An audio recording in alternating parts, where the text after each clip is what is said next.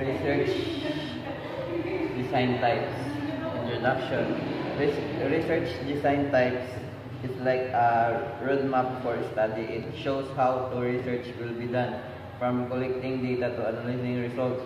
Choosing right research design helps researchers answer their questions in organized and accurate way. Types of research design.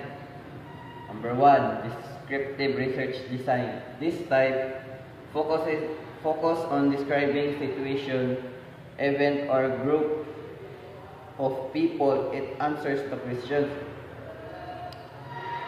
Example, describing the study habits of college students, method of use, survey, interview, or observation.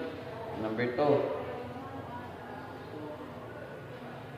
correlational research design types. This design looks for connections between two or more variables.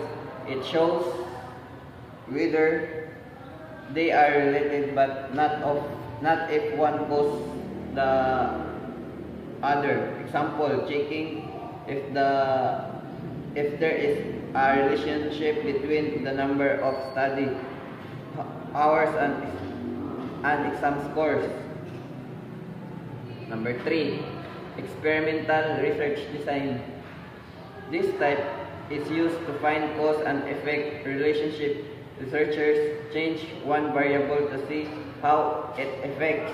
Example, testing if a new teaching method improves students' grades. Methods of use, laboratory or field experiment. 4, quasi-experimental research design types. Similar to experimental design but without random selection of participants. It is used when researchers cannot randomly assign people to groups. Example, studying the effect of new school roll on only one class or school. Number 5, exploratory research design. This used when the topic is new or not well studied. It helps researchers gather ideas and form future questions. Example, exploring how students use new learning apps. 6. Number 6, explanatory research design. This type explains why or how something happens. It focuses on understanding cause behind behavior or result. Example, explaining why students prefer online learning over face-to-face classes. Conclusion.